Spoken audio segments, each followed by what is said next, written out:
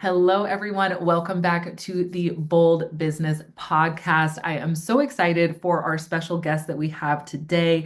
We have an amazing topic for you all. Anyone who has ever considered writing a book to further their work, their business, or just they believe that they have something to say, something to express, something that needs to be out there in the world.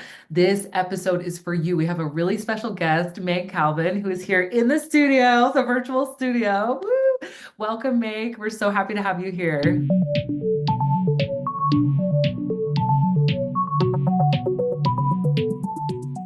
Best-selling author, yes, congratulations. Writing and marketing, coach, wife, mom, and master air guitar player. Yes. She is best known for her unconventional practices, we love that around here, that help writers become creatively unblocked. Her intuitive gifts and her award-winning performance as a tree in A Midsummer Night's Dream as a third grader. Yes, that may be one of the best bios I have ever read. I love it so much.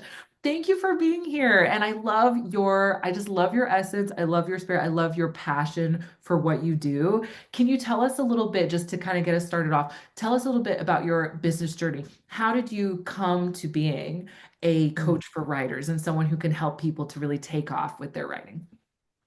Yes. Our journeys were a little different. I was not in the corporate grind. I was in the nonprofit ministerial grind. So I did work on a church staff. It's the basis of my second book. I was literally getting paychecks from a church from age 17 to 32. I went to Oh, seminary.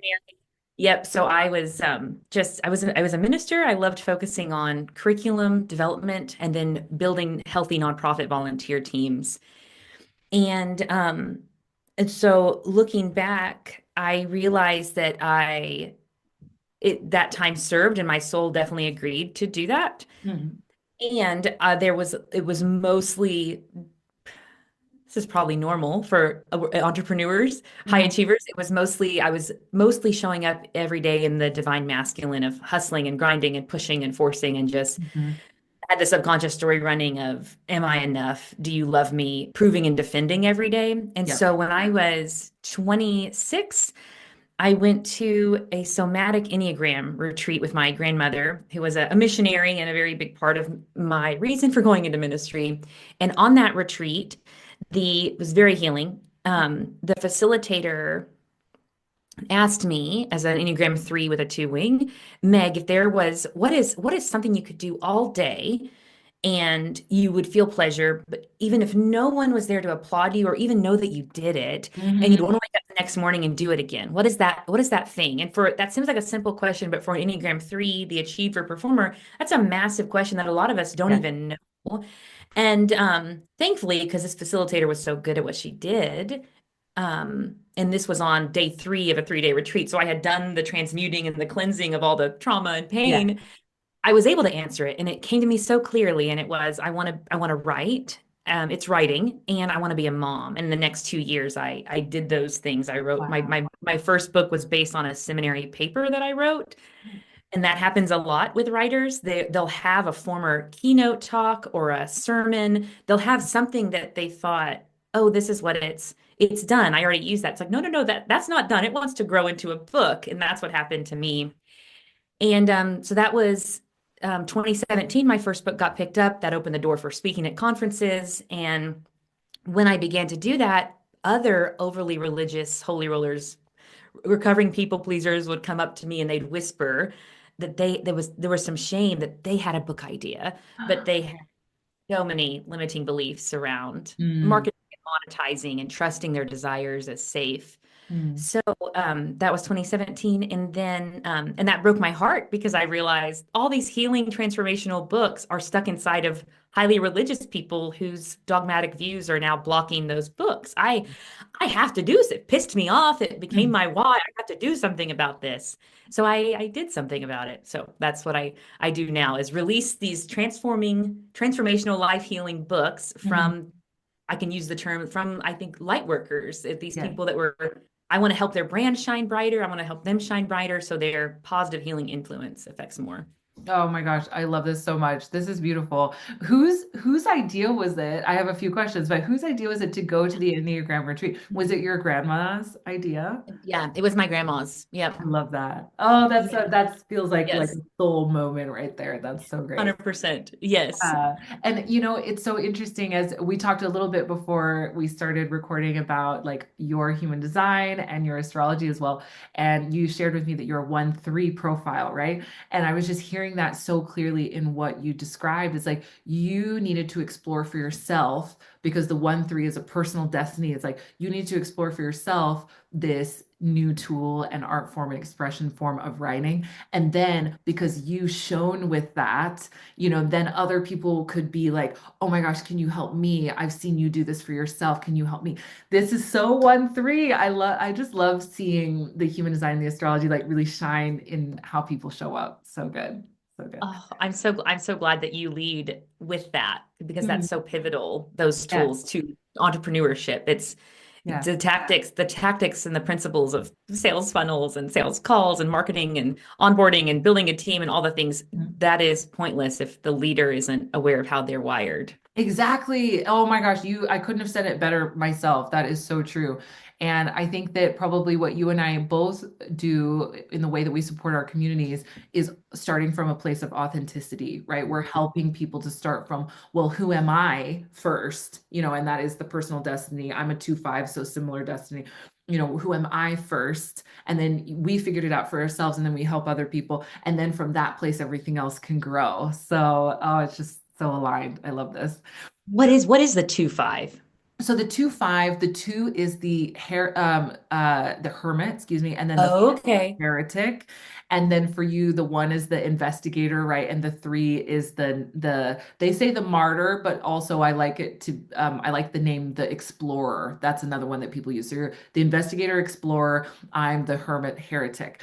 But anyone listening, if you have the first number of your human design profile smaller than the second number, that's a little tip and trick. That means you do have a personal destiny, which is to discover who you are first, and through your full expression of that, inspire and change others to be themselves. That's literally what the personal destiny is. And yeah, so I love that. I love that. And people Yes. trust you and me because we have been through it, right? Because we've actually experienced it for ourselves. We didn't just read about it somewhere and then kind of share that with the world. Um, so okay, let's get into the nitty-gritty for anyone listening of, how do we birth this book? I know you have something that you're going to share with us around let me find the exact name of it. The 5 lies, right? The 5 lies that keep you from writing your book. Do we want to start with the 5 lies, or maybe even how you even get to the point of being confident enough to say, yes, I want to write a book? What do you think is like the big things that hold people back, or the big humps that we have to get over to get to saying yes to ourselves? Yes, yes, yes, yes, yes, yes, yes. There are four main types of writer's block that I've seen, and I've created an acronym for them, and that's called the muck and mire of writer's block. And Ooh. mire, it's MIRE, and Mhm. this is I've seen this in myself, and as I shared before, I've had the honor of serving 65 one-on-one clients, and before I started my coaching business, I worked with traditional publishing companies as Oh, an author. My first two books were traditional, and I would send those companies, I would help writers when I just started my business. Like all of us, we take baby steps as entrepreneurs. And my first start of my business, it was I'll help you write your work of nonfiction, and I'll help you build your brand and become a master of organic social media marketing. And then I'll help you submit it to traditional publishing companies. And that was in mhm. 2020. Well, Mhm. now I have, as we shared before, I have a team of 6 people, and we take care of everything, Mhm. every single thing that a self-published author needs, no Wow. censorship, all the royalty, way more of the royalties, and then all the rights. And so I've created I'm kind of the HelloFresh of writing, marketing, and selling your Amazon bestseller. My team and I take care of everything for you. Oh my God. So And so why? that's just to clarify, that's amazing, by Yeah. the way. And I'm sure a lot of people will be listening, like, okay, yes, tell me more. We'll tell everyone at the end how they can get in touch with you. Make sure you check the links in the show notes for this podcast episode as well. But So did you say you guys do kind of end to end from beginning, from the idea all the way through self-publishing? So not the traditional publishing route Right. or getting an agent, but the self-publishing route. Is that right? Yep. Oh, Yep. that's wonderful. And I know Yeah. so many people. I'm on Book Talk. Yes. I have not started writing my book yet, but I am on Book Talk and I pay attention. I follow all the people that are like, this is how you self-publish. This is how you traditionally publish. I don't know what I'm going to do when I get there, but it's great to know that you guys offer that like hand to, beginning to end service. That's amazing. I know so many people want to do it their own way. Like I think Right. self-publishing is having a huge boom, Big especially time. with things like book bans, like what is happening, like coming in, right? It's like, okay, maybe we just do this ourselves. Like Age of Aquarius, maybe the big systems aren't working. Maybe we just do this ourselves. So anyway, this is exciting. Let them tumble. Let them Yeah. tumble. Yeah, Let them just let tumble it down. Let the exactly. systems tumble. Yes. Exactly. Yeah. Okay, sorry. So I interrupted you. So tell us more about the muck and the mire and what kind of Yes. stops people. Yeah. So 9 years in the game, I've seen these four things to be true. And there are these four types of writer's block, and that is Meyer. So a mindfulness block, an identity block, a fear of rejection block, and then an emotional block. And so to unpack those, a mindfulness block is the person is not, the writer's not basically living in the divine, knowing when to live in the divine feminine during the day and be mindful, smell the honeysuckle, Mhm. taste the steak, kiss their lover's neck and smell, brush their daughter's hair and hold her close, like they're not allowing themselves to be touched Yes. emotionally, spiritually, physically, or moved by anything during the day. Hmm. And then they show up to the keys. We show up. I've been there. We Yeah. show up to the keys. We're like, okay, Muse, show up, inspire me. Yeah. We haven't been Get open that all. best-selling book out there. Yeah, It's yeah, like, wait, but yes. so good. So that's Yeah. the mindfulness block. The second is an identity block, and that is there's a limiting belief running that I'll speak from experience. My older sister was the smart sister, Mm. salutatorian. I was the fun sister. Right, right. I'm not smart enough to write. So there's this identity block about who they are Hmm. and what they're capable of based on past stories and whatnot. The third one, MIR, this is probably the most common one. And it is the rejection block, fear of rejection block, the R. Hmm. And what that is, the book is telling the author to write something, and the author really wants to write it. Hmm. However, the author's afraid that someone they love will reject them if they Oh do yeah. write. And That's a whether, huge one I hear a lot. Yeah, as a coach, right? Is like, well, I know I need to tell my story in order to share and teach what I want to teach, but I don't, but my story involves other people. Yeah. yeah. Hmm. So we have lots of ways to work around that Yeah. with the authors I serve. And then MIRE, the last one is emotional block. And Mm, that is that something the book wants them to tell, it is hard to relive it because we know when we remember something, it the brain thinks that we're just reliving it. It's not that we're thinking yes. about it. The same thing neurologically is happening. It thinks it's So happening now. Yeah. yeah. Mhm. So working through that. And it's on my first call with clients when they enter the partnership with me.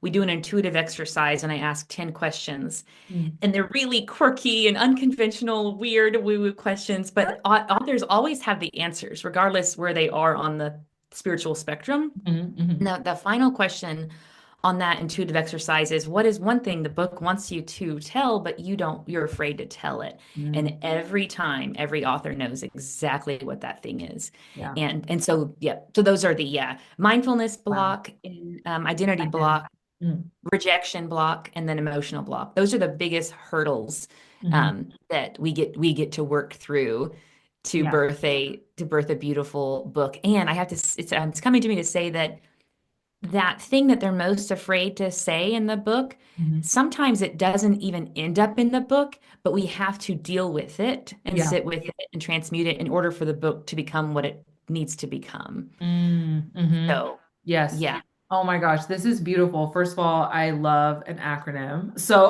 like Yes. 10 points, 1,000 points, 5 stars, love it. It just helps us like categorize, and this is like your one line, like you're so good at helping people, I can tell, categorize and understand and build an awareness of what's going on so that they can, like you said, like deal with it, right? And I hesitate, I don't want to use the word fix, but deal with it and figure out, okay, how do I work through, how do I work with this in order to bring my creativity out? I have a question. Do you think that, I hear a lot from clients that they don't think that they're creative. Mm, That strikes me as an identity block in your acronym of Meyer. And do you mhm. come across that a lot? That people, they're like, I have an idea, but something is telling them like you're not creative or you're not good at this. You're not. Yeah, I was curious. Yes. Yes, you've probably experienced this before too. It's this, am I safe to play?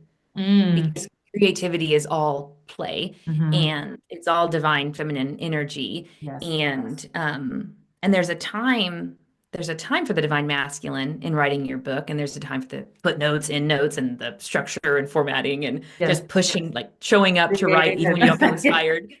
But yeah, so I totally do see that. And then we get to sit with what story, what memory is coming up that it wasn't safe for you to play, and how can we listen, as you know, how can we sit and listen and do a guided meditation with the version of yourself at the inner child at that age when it wasn't safe to play, Mm, and hmm. then open. And then I remember one of my clients was a former military man. He's now a political activist and pastor in California, late 50s.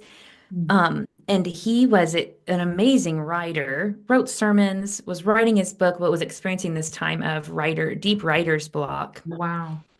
And what ended up being the solution was, like yourself and lots of your clients, the same time I started my business, no, a year before, I was taking classes on developing my gifts of Ah, intuition, which, nice.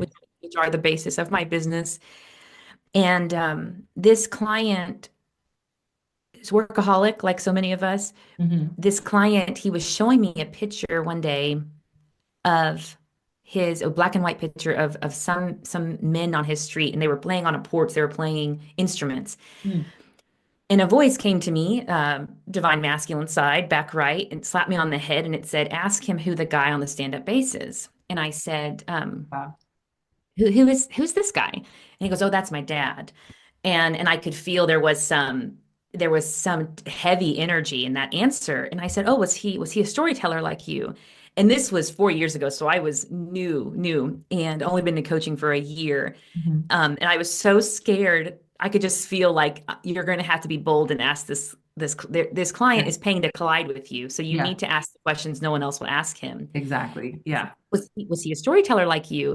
And the client said, "Oh no, he was the opposite. He was never." So he went on to share very traumatic childhood, absent father, alcoholic father, physically Mm. abusive father, but mostly the energy sizzled around the phrase "he was never there." So then I felt I had to say the hard thing, which Mhm. was, we'll call this author Jeremy. Mhm. And I said, "Jeremy, is it possible that you are so afraid of coming off like your dad, of not being present, that you have now developed these people-pleasing tendencies of overcommitting, so that you're never, like, you're resisting so hard to be your dad?" Mhm. So I said, former military, very intimidating presence.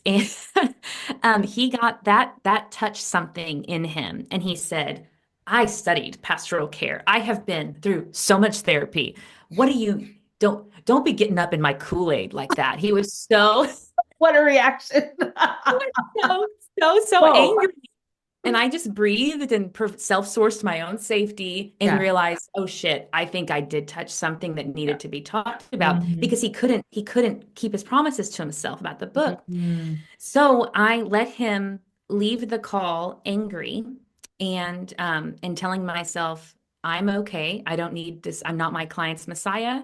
If Mhm. he fires me, I'm Mhm. okay. I'll be Yeah. okay. But I believe he's meant to shine brighter and serve more people with this book. So I'm going to ask the hard questions. Yeah, definitely. So landing the plane to the divine feminine, he came back. Then actually he sent me a voice message on Voxer, and he said, "I have never been asked that question, but you are exactly right." Mm. And And so I said, "Oh, thank you for being open. What would it, this is where the divine feminine comes in. I said, what would it look like to nurture yourself and take time to selfishly indulge in pampering and nurturing yourself?" And I Yeah. realize that's a weird question to ask a former military Right? He's like, man. also, no Yeah. one's ever asked me that question. Yeah, yeah. Yeah.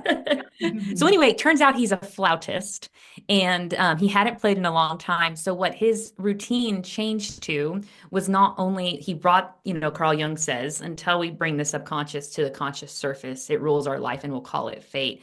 So Yes. he was brave enough to bring that subconscious driver that he was trying to not be his dad. So he was saying yes to too many things, Mhm. not honoring his own desires, which is he wanted to finish his book. Yeah. And so his routine changed to he would play flute for 15 minutes, totally receiving the divine feminine through music and being present and playful. And then he would go to the keys.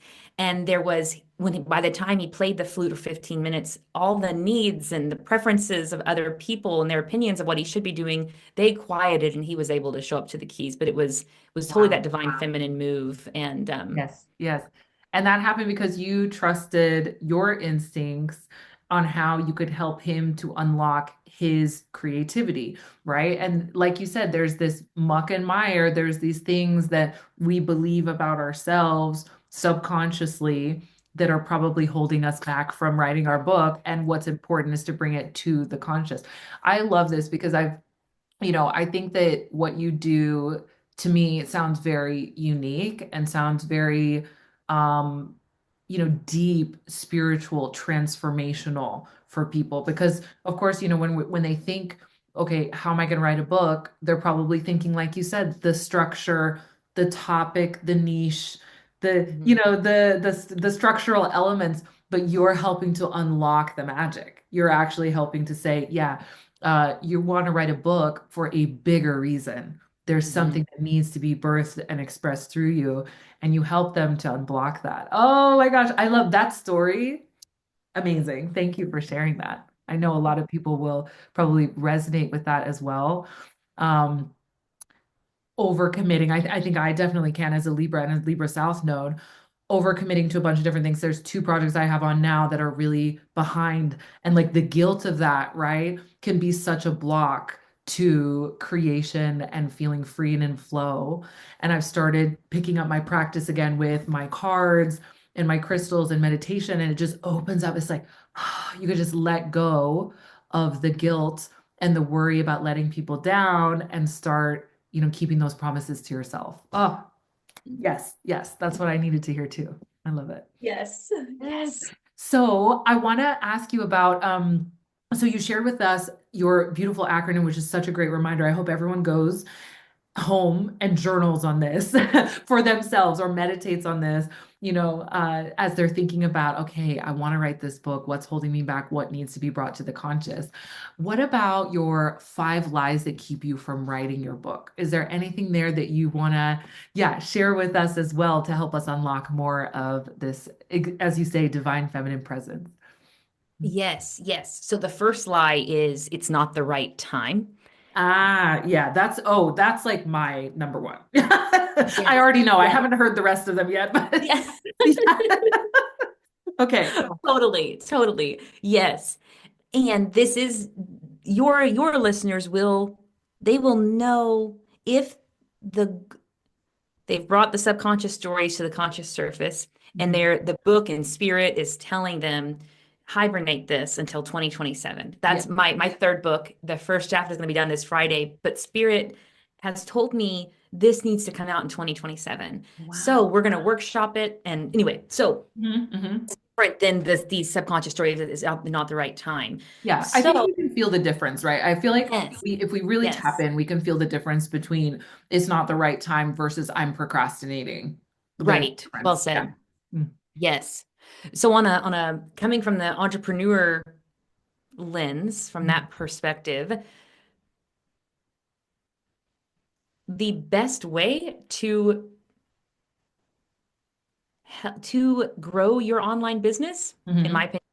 opinion, if only if someone feels called to write a book. So if you feel called, because there's Yeah. so many other things you could do, but if Yes. you feel called, then the best way to grow your business online is to exist in your ideal client, your target market's life, exist in their life away from their smartphone. So Mm, a book, seeing your face on their coffee table or their bedside table, or your book in the shotgun seat of their Jeep, when they're thinking questions or ideas and about things that the topic you write about, they're going to go to you first. They have this touch point of your book outside of their smartphone. And we know after all these documentaries that Netflix is releasing that's scaring us all shitless about social media, yeah. I feel in the years ahead more than ever, we're going to have healthier boundaries with social Hmm. media. So Hmm. now, in my opinion, if you are called to write a book, is the time to make it to where you exist in your leads or your ideal target market's life outside of the smartphone. And if Hmm. ever you're thinking books like their digital content is all there is, I invite you to go over to pewresearch.com and check out the stats on books are still being sold. There's still more paperback books being sold than Audible books. I don't know if that for right now anyway. And what I love to do is creating books that it's also a lead magnet. So it's passively building their email list as Yes. well. So that's Yes. another reason it's the right time. Mhm. And then the last thing about that lie is if a person has kids, like so many of my clients do, and like I do, I love getting creative with them with their schedule and teaching them time saving hacks of I have Mhm. one client who's a doctor, so she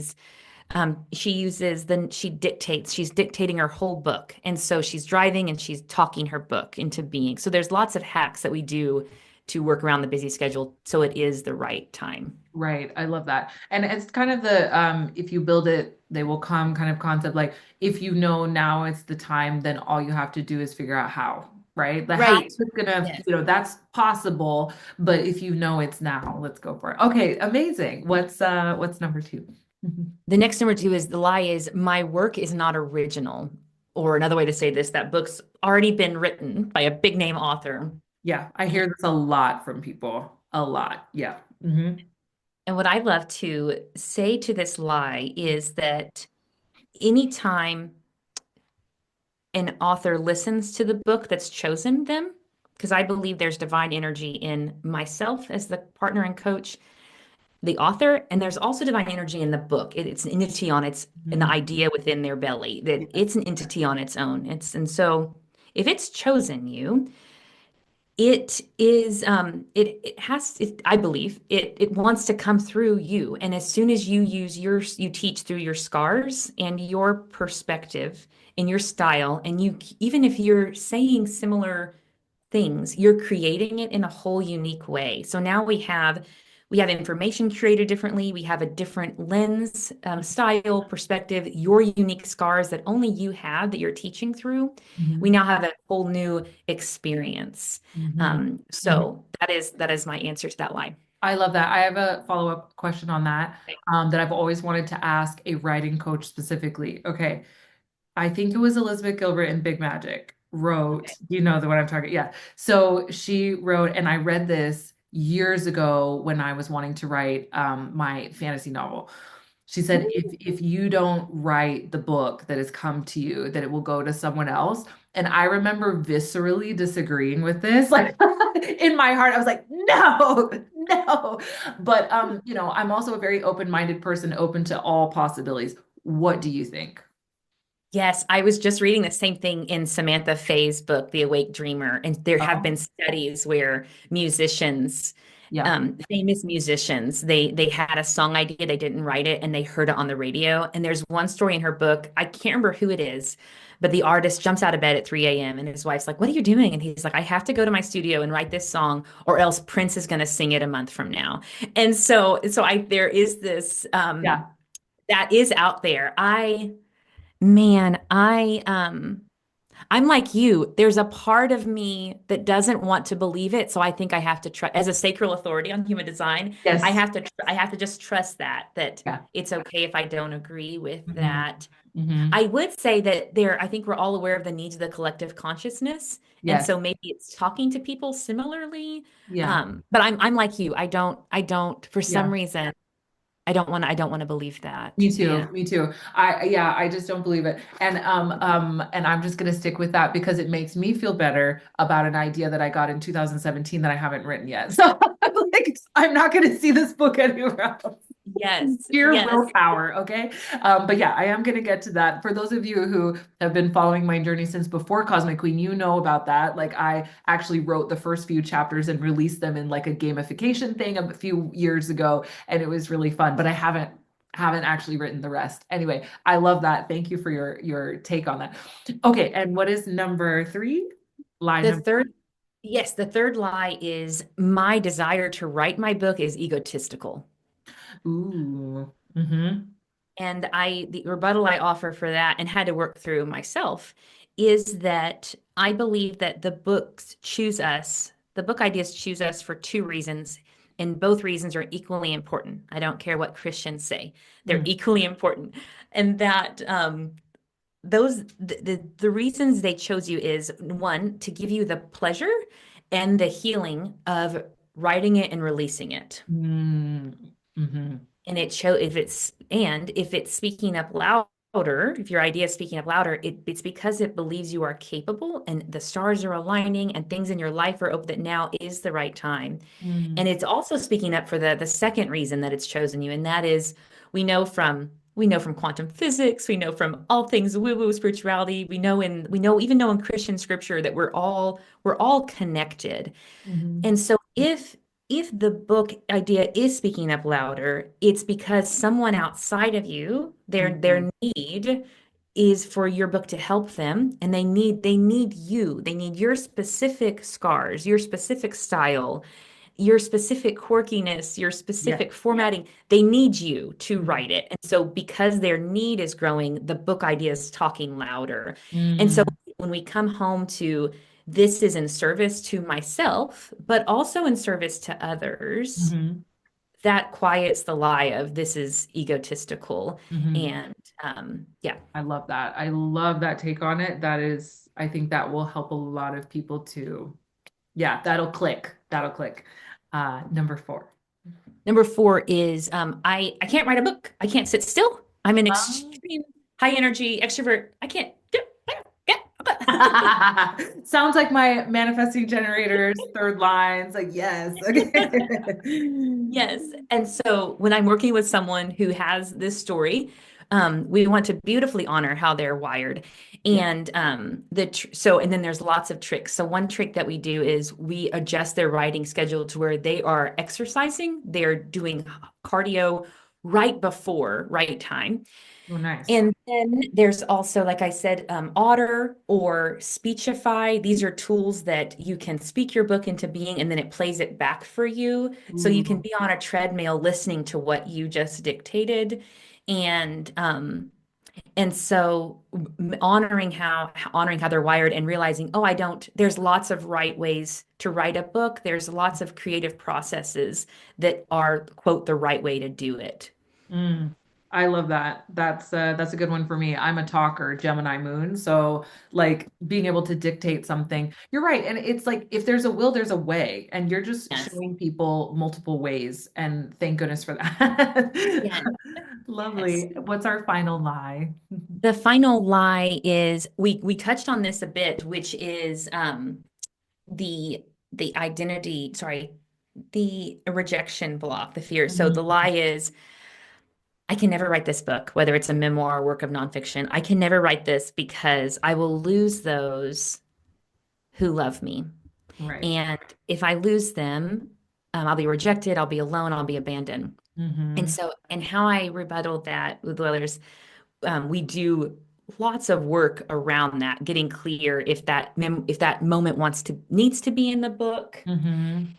and then getting if it does need to be in the book, what does there need to be a sweaty palm conversation with someone, Mm, um, not from permission, but from a place of just like, letting them know, especially if that person is going to still be in your life.